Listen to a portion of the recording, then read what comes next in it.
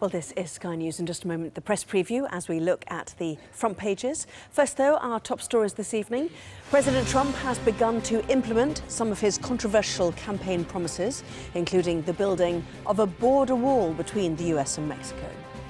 Mr. Trump is also said to be considering a major review of America's methods for interrogating terror suspects, as well as whether to keep Guantanamo Bay open. And Theresa May will stress the importance of the special relationship when she touches down in the United States tomorrow, becoming the first world leader to hold face-to-face talks with President Trump. Well, let's get more then on what the Prime Minister is expected to say during her visit to both Philadelphia and Washington. Our chief political correspondent, John Craig, is in Downing Street with the newly released details. John, tell us more.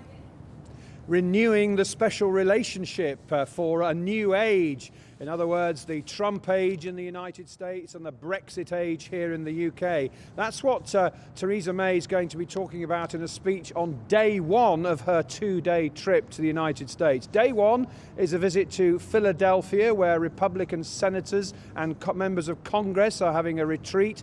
There she will make a speech. Day two, of course, is talks with the new president in the Oval Office in the White House.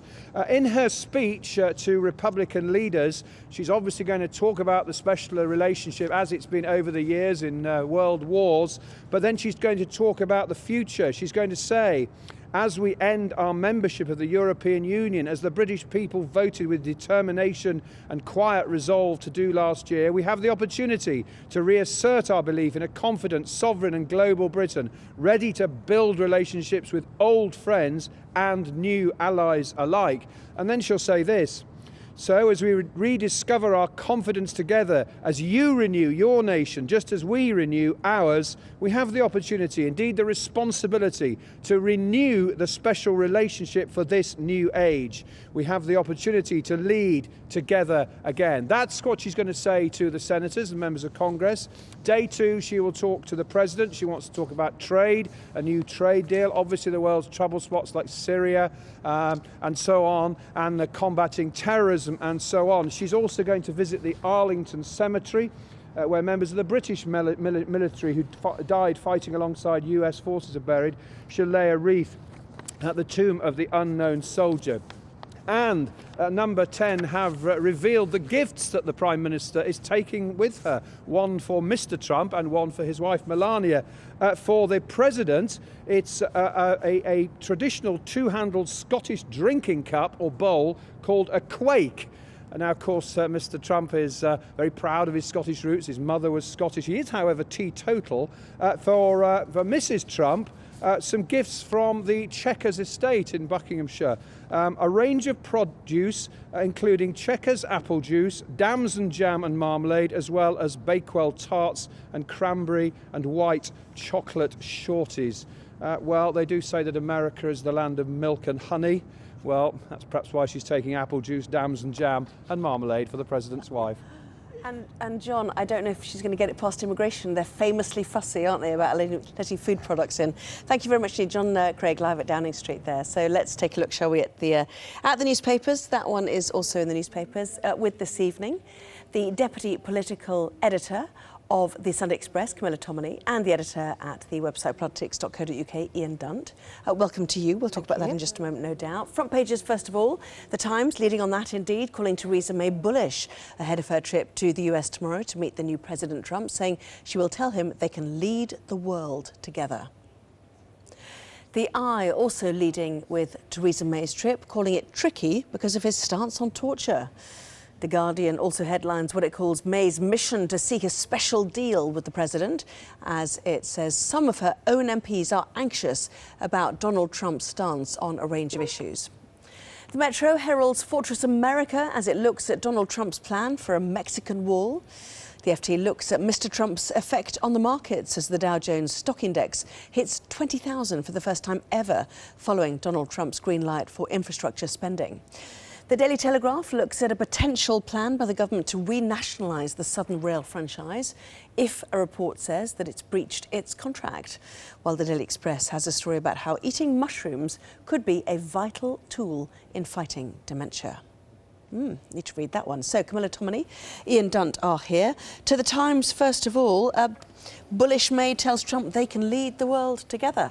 Can we use the phrase special relationship? No, it's banned. I know you're finding it offensive, you too, because it keeps on being said. So I suppose a lot does depend on whether they can recreate the Reagan and Thatcher era. Apparently Mrs May is wanting to resist that. I think she told the FT last week that she didn't want to emulate any previous relationships and she wanted to have her own relationship in the same manner that Brexit must be a bespoke deal. So it remains to be seen how these two are going to get on. On one hand, you have a man who cannot contain his emotions and likes to do capitalised Twitter posts. And on the other, a woman who wouldn't dream of putting anything on Twitter, let alone joining the site, keeping her cards very close to her chest and being very economic with words. So I don't know whether this is going to be a personality clash or not.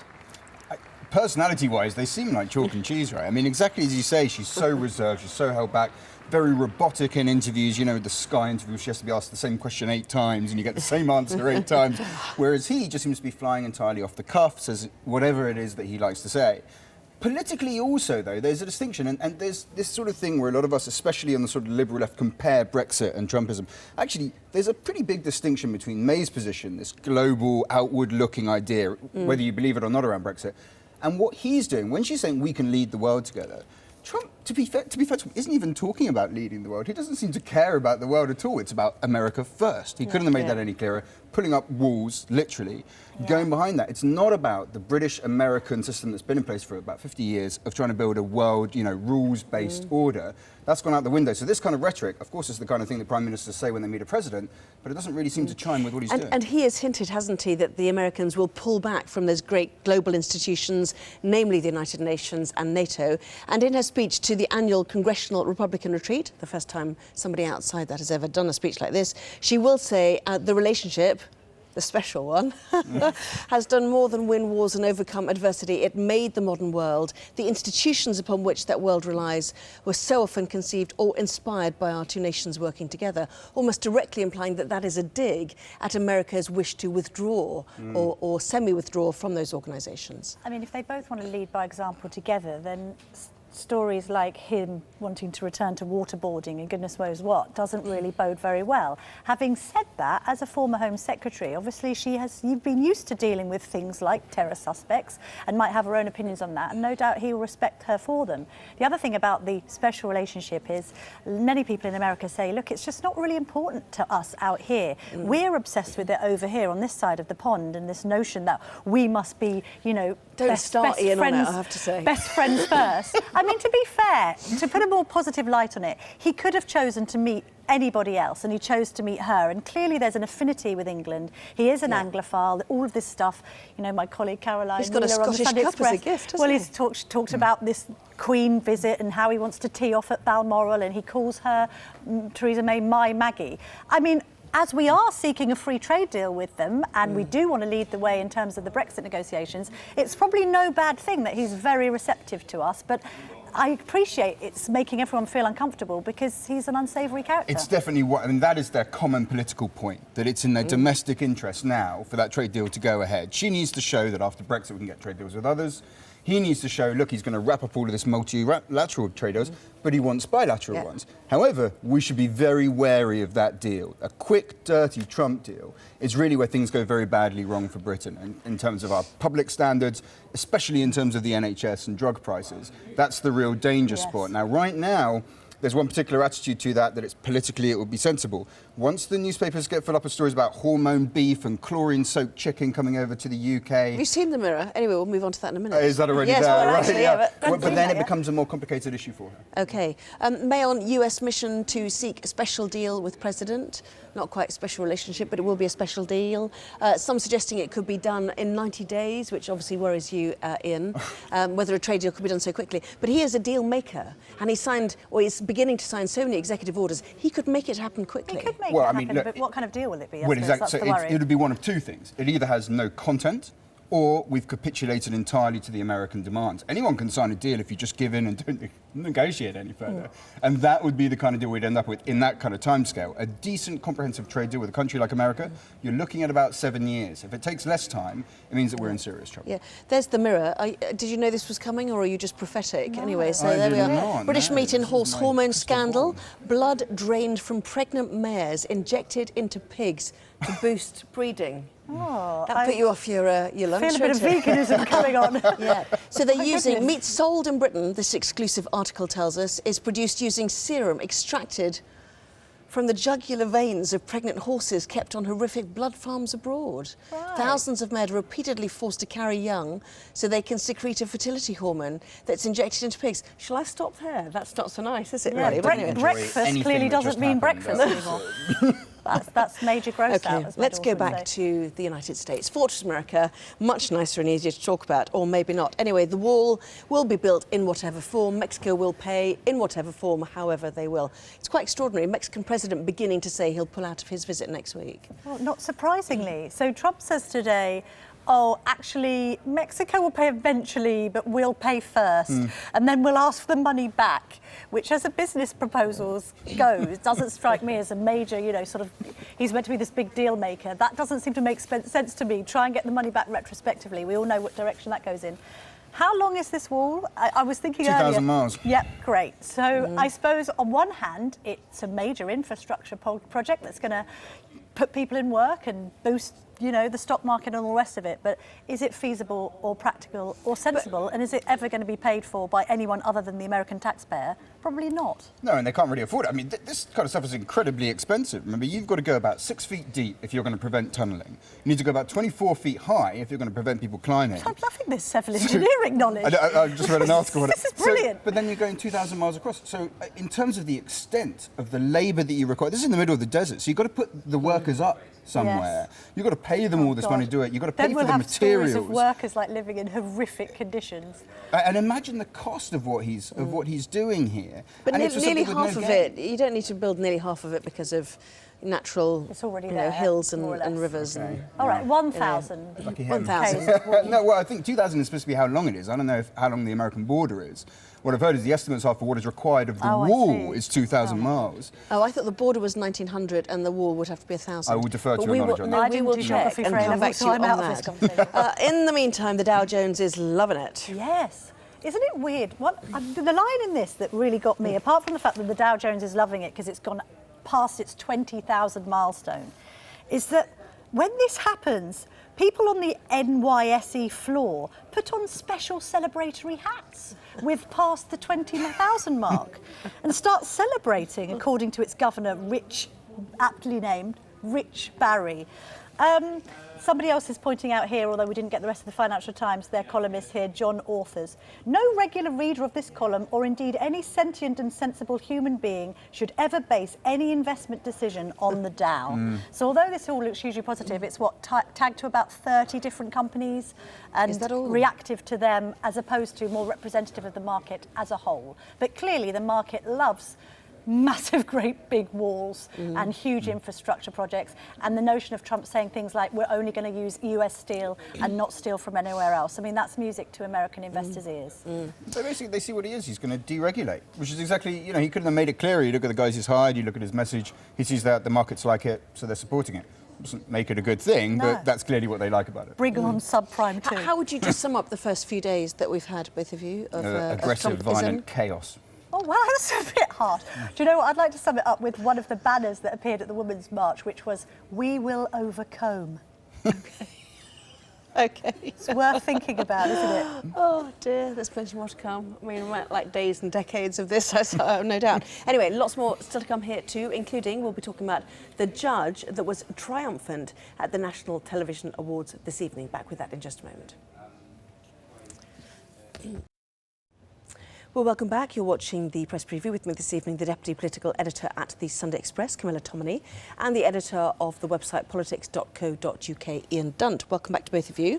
After last night's headlines for today's papers, Brexit, Brexit, Brexit, it's hard to find a mention today, isn't it? But there it is, buried on the left-hand column of the FT, that there will be a white paper. Looking like what, do you think? Looking very much like the speech that she did. In fact, Downing Street are pretty much saying, look, you're going to get the speech again. So it's a U-turn on where they were yesterday. I mean, yesterday they were refusing to give a white paper. Today they're going to do a white paper. I have to say, I think this is the start of very many U-turns from the Prime Minister. The peak of her power and control was that speech. Now she enters into a period where other actors have an awful lot of power, not least Brussels and all the various member states. So there'll be a lot of backtracking, and this is the start of that process. However, in terms of the content of the white paper, it's clearly going to be the speech. What we really need, the truth is, we need sectoral impact assessments. You can put whatever you like in a white paper. I know, no one started their day with joy with the discussion of sectoral impact assessments, but nevertheless, that's the best mechanism. They ain't over yet. Well, quite, yeah, I'm going to try and send you all to sleep as best I can, but nevertheless, that's the way to actually have some proper data on what we think is going to happen to each bit of our economy. But didn't we have forecasting pre-Brexit, and, so there was and nobody's quite approved of it? And no one's been a huge fan of it, it's absolutely true. So you can have a lot of that from the Bank of England, say, on confidence, which is always this sort of mystical, I wonder how people will feel when they're in John Lewis after a thing. How can you even tell? I mean, that's the trouble. I know what you're saying about getting some solid data, but polling was regarded as solid data, and it was completely wrong. It's interesting. So and people say different things at different times, don't they? Exactly, yeah. Am I feeling confident? Well, it depends what kind of week I've had and whether I'm getting a pay rise at work. So I think that's the key thing, is that that's about people. So whenever you ask people their opinions on stuff, they'll mix, they've got all these emotions going on.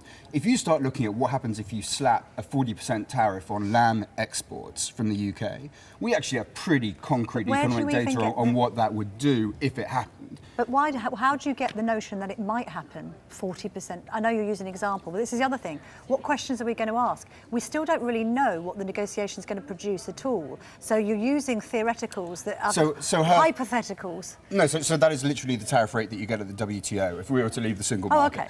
Okay. So her threat of saying if there's no deal, we're going to put out the alternative is. The consequence of that is 40% on lamb, blah blah blah. But then that's a bit of a project theory approach, because that's like a worst case scenario, whereas sectors should really say, well, OK, in a worst case scenario X, in a best case scenario Y, but we don't know what the cake is and we don't know how to eat it, so it's difficult to even comment. So I think she's put forward two suggestions, right? The first one is she has a plan.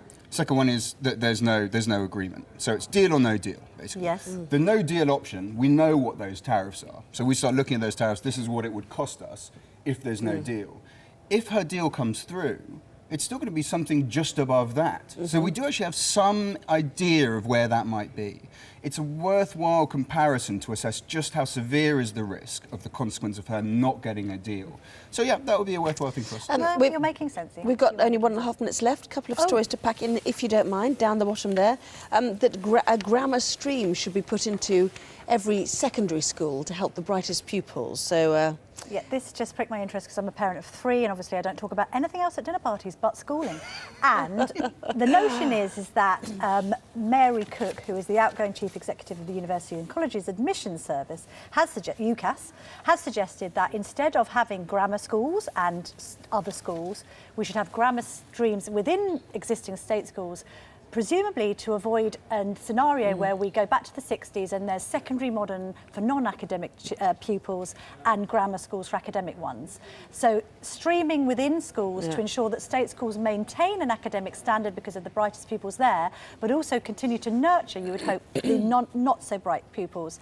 Having said that, that strikes me very much as 2 schools within a school, and I don't know how practical that is. On the other hand, grammar schools are infuriating because they're always in very well-to-do areas anyway, populated largely by high-income, middle-class kids who would probably do very well in a state school and help raise standards generally in less well-off areas. And therefore, really, are we going to get into another situation where basically, it's one school for the gifted and fortunate and another future entirely for those who aren't so lucky?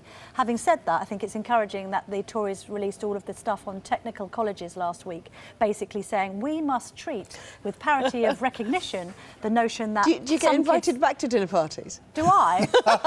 I know, it's terrible this, isn't it? Well, it's saying that kids who aren't academic should be valued as much as those who are, and I agree with that, because they're the ones The judge we were going to talk about, until Camilla went on and on about education, is Mary Berry. But we will talk about her next time. OK. Yeah? You did ask. Oh, I did ask. My I did ask. apologies. Sorry. And he did all the white paper stuff. You're right. You're right. was And more it's worried fascinating. Well, you're getting the yang here. Yeah, and I went to a school that was exactly like that. I was streamed within a state system. should have Anyway, chipped in. I should have done, but couldn't get in. Sorry. I'll see you at 11:30. The weather's next.